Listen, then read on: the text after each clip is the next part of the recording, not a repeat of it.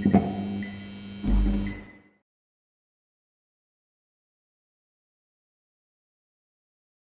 don't know. I mean, like everything. I take everything as as a challenge, even if it's really small and really big.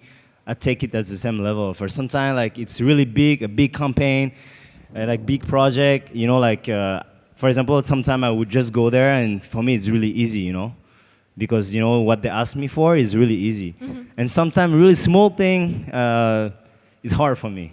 You know, like I was telling like, the other days, I was talking with Carol and he was like, "What do you think about when you come to Fair Play? You know, like how do you feel?" I was like, "For me, it's a challenge every year, Yeah. and it's stressful. Like I come here with like a stress because I'm like, you know, I should do like something better, Better. and you know, like things are changing. The camp's evolving, it's getting bigger. So I was seeing like this, like, fuck, you know, it's getting so big. There's so many people." You know, so I'm always stressed. So, you know, this challenge could be sometimes bigger than, you know, for example, other projects, you know.